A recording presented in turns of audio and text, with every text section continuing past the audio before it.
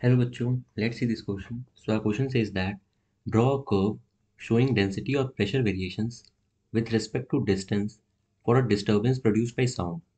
Mark the position of compression and rarefaction on this curve. Also define wavelengths and time period using this curve.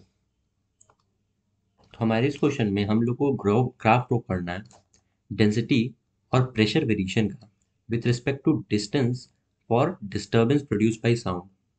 हम लोग को position mark करना है compression और rarefaction का इस ग्राफ में, और हम लोग को वेवलेंथ और टाइम पीरियड को डिफाइन करना है इस कर्व को यूज करके। चलिए हम अपना पहले कर्व बनाते हैं। तो मान लेते हैं हमारा जो कर्व है वो कुछ इस टाइप से है, जिसका ये एम्पलीट्यूड है।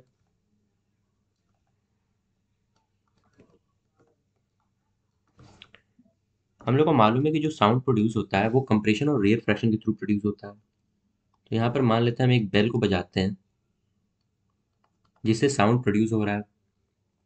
तो वो साउंड इस टाइप से प्रोड्यूस होता है कि जो पहला पार्टिकल रहता है वो पहले कंप्रेस हो जाता है, जहाँ कंप्रेशन ऑकर करता है, और फिर पार्टिकल जो होता है वो रिलैक्स हो जाता है, जिसको हम लोग रेयर फ्रैक्शन बोलते हैं। फिर सारा पार्टिकल एक जगह पर कंप्रेस हो जाता है,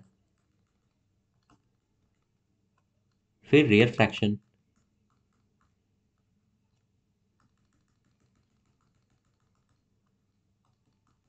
इन द सेम वे ये साउंड आगे बढ़ता है कंप्रेशन और रेयर फ्रैक्शन के फॉर्म में। तो हमारा जो कर्व है, जिसमें हमारा जो ये क्रेस्ट है और ये हमारा ट्रो है, तो हमारा जो क्रेस्ट होता है ग्राफ का वो हमारे कंप्रेशन को रिप्रेजेंट करता है, और हमारा जो ट्रो है वो हमारे रेयर फ्रैक्शन को रिप्रेजेंट करता है। ये हमारा जो पॉइंट है ये मैक्सिमम डेंसिटी को रिप्रेजेंट करता है, और ये पॉइंट जो है ये हमारा मिनिमम डेंसिटी को रिप्रेजेंट करता है। अब यहाँ पर डेंसिटी कहाँ से आ गया? तो क्योंकि हमने देखा कि यहाँ पे जो कंप्रेशन में सारे पार्टिकल एक साथ आ गए हैं, तो यहाँ पर जो डेंसिटी हो गई है वो हाई हो गई है, यानी डेंसिटी यहाँ पर मैक्सिमम हो गई है। और यहाँ पे जो पार्टिकल है वो बहुत कम हो गए हैं, रिलैक्स मोड में आ गए हैं, तो यहाँ पर जो हमारा डेंसिटी है वो मिनिमम हो जाएगा।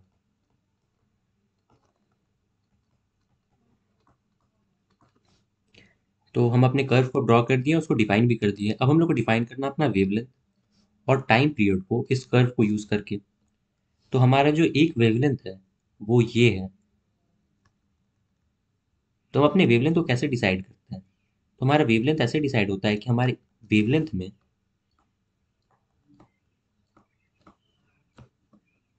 One crest and one trough present होना चाहिए। तो वन क्रेस्ट और वन ट्रो को मिला के हम लोग का एक वेव बनता है या एक वेवलेंथ बनता है। तो ये हमारा एक वेवलेंथ हो गया, और जिस टाइम में ये इस एक वेवलेंथ को कंप्लीट करेगा वही हमारा टाइम पीरियड हो जाएगा हमारे इस ऑसिलेशन के लिए, इस वेव के लिए। तो हमारा जो टाइम पीरियड हो जाएगा उसका डेफिनेशन ये हो जाएगा,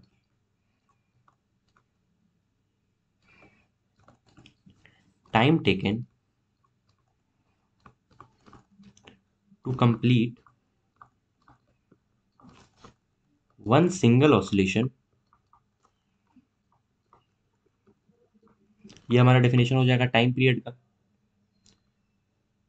So here this question is over. Hope you got this well. Best of luck.